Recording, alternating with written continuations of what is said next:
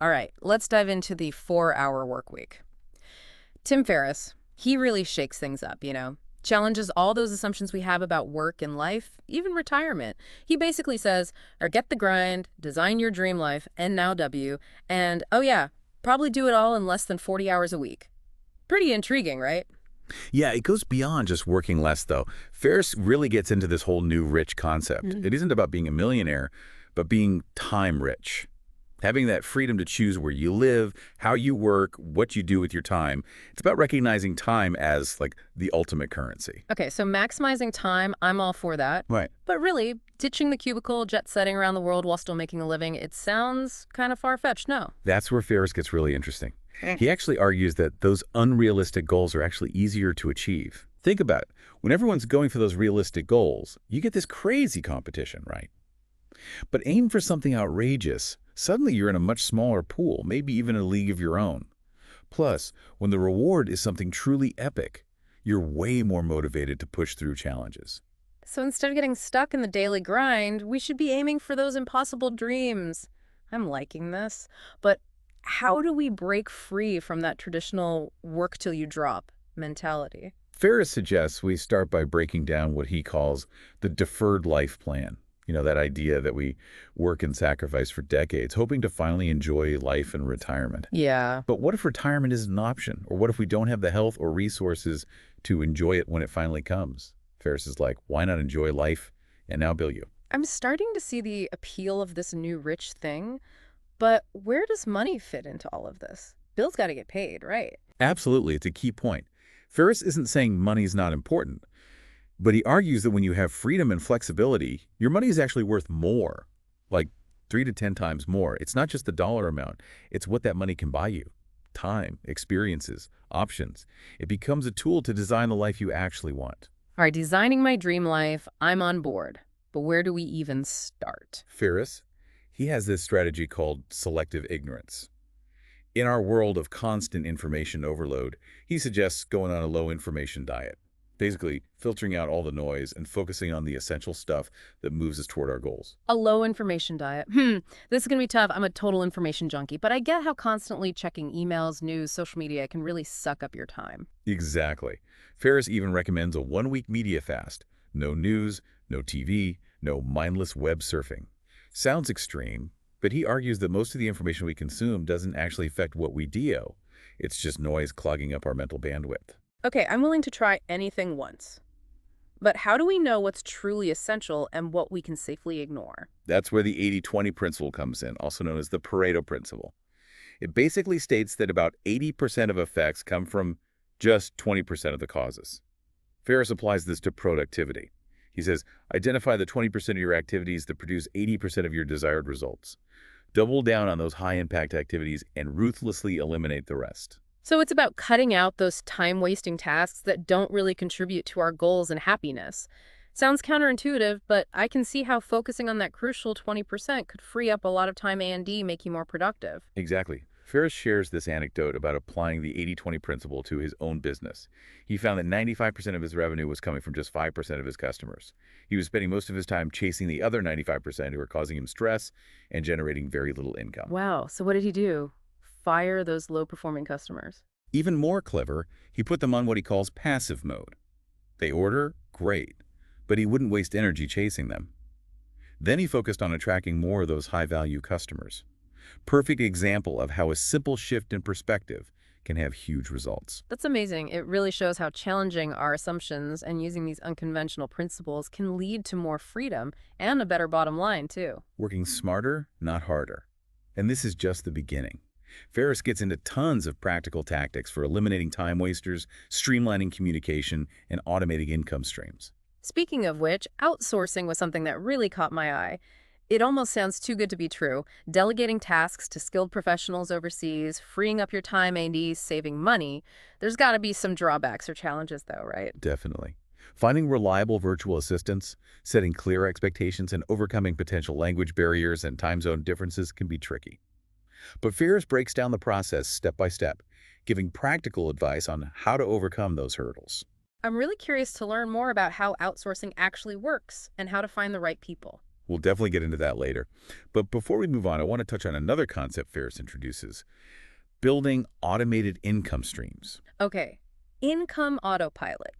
Generating income without constant attention sounds like a dream. But how does it actually work? This one feels like a game changer. It definitely can be.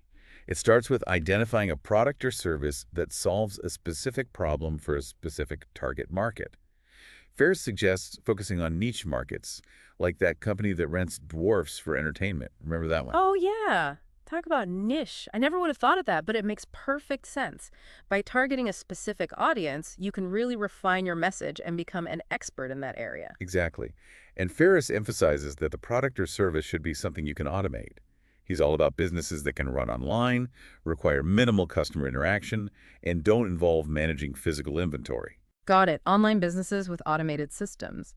But what if you don't have $1 million product idea? Where do you even start? Ferris provides a really helpful framework for identifying and testing product ideas. He suggests brainstorming problems you faced in your own life, looking for patterns in your spending habits, and paying attention to what people in your target market are complaining about. So, finding a problem worth solving, something people will pay for. But even with a great product, how do you get the word out, convince people to buy it? Do you need to be a marketing guru? What about this whole expert thing? Do you need a fancy degree or years of experience to be taken seriously? That's another myth Ferris tackles. He says you can quickly become a recognized authority in any field, even starting from scratch. It's that expert builder concept, right? Tell me more. I'm all ears. The key, according to Ferris, is to focus on what he calls credibility indicators. These are signals that tell people you know what you're talking about. Writing articles for industry publications, joining professional organizations, giving talks, becoming a media resource, things like that. So it's about strategically positioning yourself as an expert, even if you're still learning in that field. Not about deceiving anyone, but showcasing your knowledge, building genuine credibility through action and contribution. Exactly. And Ferris provides a step-by-step guide for doing just that. Practical tips for using online platforms, building relationships with influencers, and getting your message out there. It's pretty empowering to think we can create our own opportunities and become recognized experts in our fields, regardless of our backgrounds or formal qualifications. But Ferris doesn't stop there. He also talks about filling the void after we subtract work from our lives. What happens when we suddenly have all this free time? What do we do with it? I know I'd probably just binge watch Netflix. It's a common concern. Ferris reminds us that a fulfilling life isn't just about eliminating the negative, it's about actively pursuing the positive. He's like, rediscover your passions, explore new hobbies, travel the world, connect with people who share your interest. Ugh. This is where those mini retirements come in. Extended periods where we step away from our routines and immerse ourselves in new experiences. Sounds amazing. Imagine taking a few months off to learn Italian, volunteer in a developing country, or finally write that novel you've always dreamed of. It's about breaking free from that traditional work-life paradigm and embracing a lifestyle of adventure, exploration, and continuous learning. I'm already feeling inspired. But we've only scratched the surface of the 4-hour work week. There's so much more to explore, like the details of outsourcing, building those automated income streams, and really diving deep into the myth of expertise. And that's exactly what we'll be doing in the next part of our deep dive. Get ready for even more strategies and tactics for designing a life of freedom, flexibility, and fulfillment. So, outsourcing. Intrigued by the idea, but maybe a little unsure about how to actually make it work. It's understandable. Handing off tasks, especially to someone far away, can feel like a big leap. Yeah, exactly. I mean, having virtual assistants sounds great in theory, but how do you find reliable people? What about communication, making sure they do quality work? It can feel risky. Ferris gets into all that. He breaks outsourcing down into a manageable process. Starts with finding the right people. He recommends platforms like, there's a platform example, if available from Notes, else a general one, where you can connect with skilled professionals from all over the world. Oh, interesting. I've heard of those platforms, but always thought they were more for businesses, not personal stuff. That's a common thought, but it's not true. These platforms are for anyone who wants to delegate tasks, whether it's managing your email, scheduling, creating presentations, even research for a personal project. Okay, but even with the right platform, how do you choose the right person? And then, like, setting clear expectations, making sure things don't get lost in translation, all that. Ferris has this really practical framework. He stresses creating detailed process documents for each task, outlining every single step super clearly.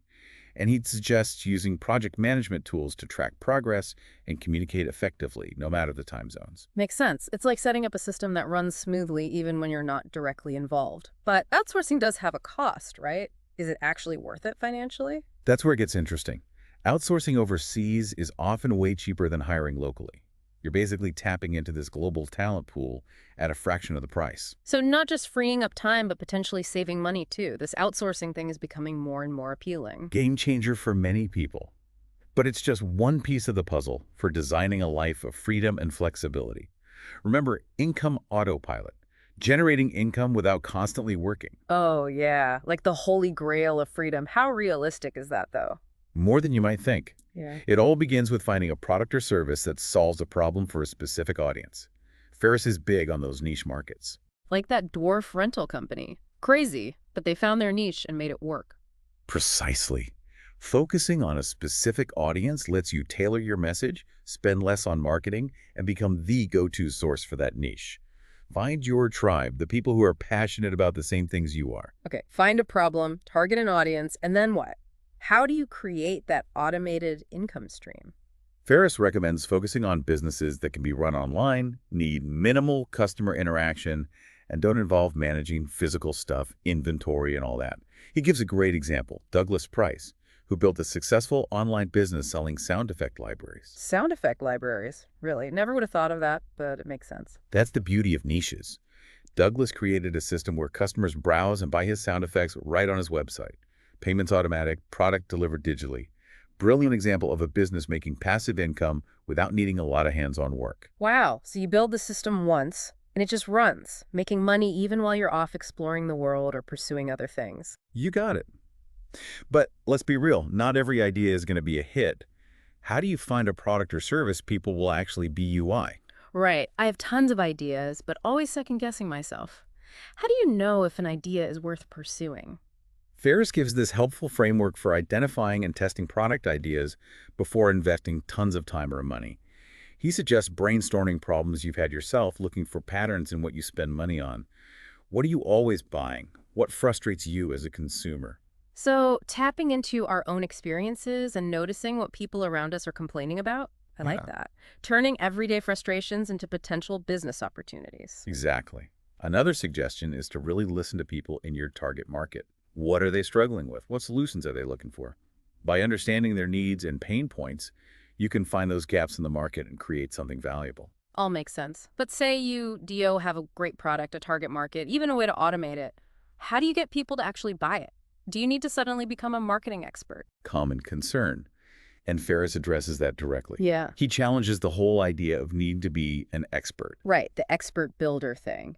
It's about positioning yourself as an expert strategically, even if you're still learning. Exactly. Ferris lays out a framework for building what he calls credibility indicators. Think writing articles, joining industry groups, giving talks, being a resource for journalists, that kind of thing.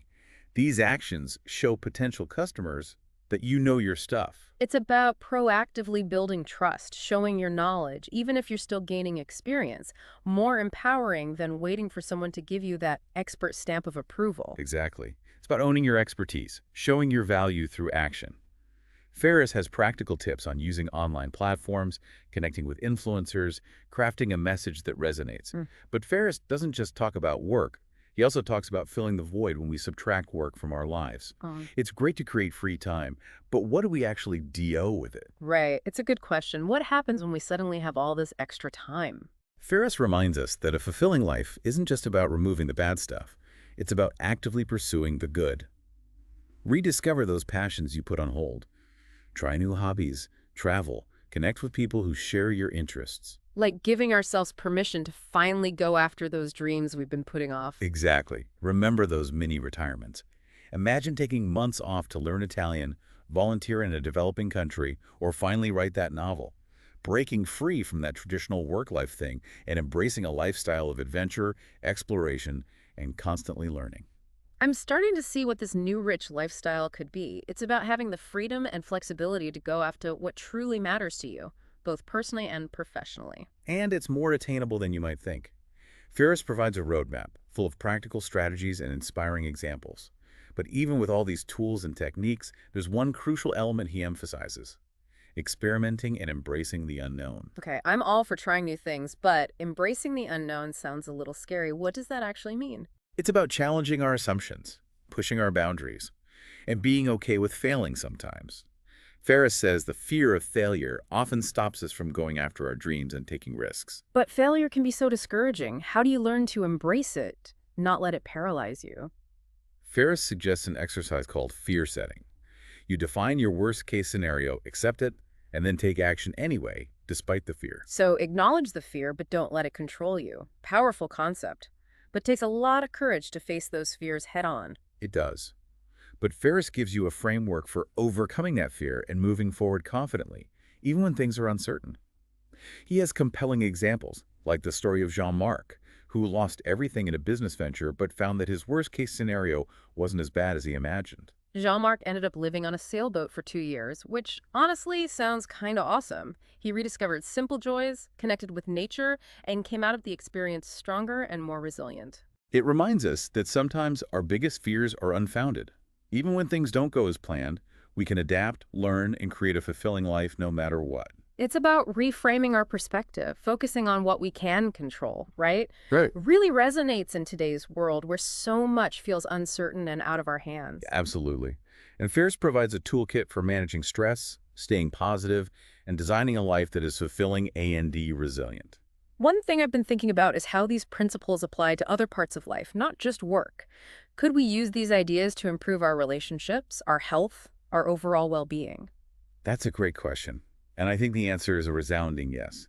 The core of the New Rich philosophy, defining your ideal lifestyle, cutting out the unnecessary automating or outsourcing tasks, and focusing on high-impact activities can be applied to any area where you want more freedom, fulfillment, and impact. It's about taking ownership of our lives, making conscious choices about how we spend our time, energy, and resources. Precisely. The 4-hour work week gives us a framework for doing that. It's a call to action, to question assumptions, challenge the status quo, and design a life that is truly our own. So, what does this mean for you, dear listener? What dreams have you been putting off? What changes have you been hesitant to make? What would it look like to design a life that truly reflects your values and aspirations? Questions worth pondering. Maybe the 4-hour work week can inspire you as you embark on your own journey of self-discovery and lifestyle design. We've covered a lot. Ready for the final takeaway? Absolutely. Let's bring it all home. So we've covered a lot from the 4-hour work week, eliminating distractions, building those automated income streams, all that. But what's the biggest takeaway? What do you hope sticks with listeners? Yeah, what's the one thing you really want people to remember? For me, it's that we have the power to design a life we love, It's not about following someone else's plan, but about figuring out what freedom and fulfillment mean for you and then making it happen. I love that. Taking ownership, realizing we're not stuck on some predetermined path. We have choices. We can create a life that really reflects what we value, what we want. But let's be honest, change is scary, especially when it means challenging the way things are, going into the unknown. Absolutely. Ferris knows that. He's like, confront that fear head on. Remember that fear-setting exercise, identifying your worst-case scenario, accepting it, and then acting anyway, despite the fear. Yeah, like feel the fear and do it anyway, right? But Ferris doesn't just say, don't be afraid. He gives you a way to actually understand and deal with that fear. Exactly. And he shows you real people who've done it, faced their fears, and come out stronger. Like Jean-Marc ended up living on a sailboat after his business failed. What seemed like a disaster became this amazing journey, rediscovering himself, becoming more resilient. Right. Sometimes our biggest fears are all in our heads, and even when things go wrong, we can adapt. We can create a good life no matter what. But not everyone wants to live on a sailboat. What about people who want more balance and freedom in their current jobs and lives? That's the great thing about the 4-hour work week. It's not a one-size-fits-all thing. It's a toolkit. Principles and strategies you can tailor to your own life. Maybe it's negotiating to work remotely, starting a side hustle you're passionate about, or just making more time for things you enjoy. Taking those core ideas, cutting out the unnecessary, automating or outsourcing, focusing on what really matters, and applying them to any part of life where you want more freedom and impact. Exactly. And it's about experimenting, learning, and adjusting as you go. No magic formula, but there's definitely a way to design a life that reflects your values, what you truly want. So, for our listener, taking all this in, what's the one piece of advice you'd give them as they start their own 4-hour work week journey? Start by figuring out what really matters to you. What does your ideal life look like? What are your non-negotiables? Once you have that vision, you can start taking steps to make it happen. And remember, it's a journey, not a destination. Be patient, celebrate your wins, and don't be afraid to change course along the way. That's great advice, and I think that's a perfect place to wrap things up. This has been a fantastic deep dive into the 4-hour work week, and I hope it's given you as much to think about as it has us. If you're ready to challenge the status quo and design a life of freedom, flexibility, and fulfillment, definitely check out the book. You might surprise yourself with what you discover. And remember, the power to create the life you want, it's in your hands. It starts with changing your perspective, questioning what you think you know, and having the courage to take action. Thanks for joining us on this deep dive. Until next time, keep learning, keep challenging the norm, and keep designing the life of your dreams.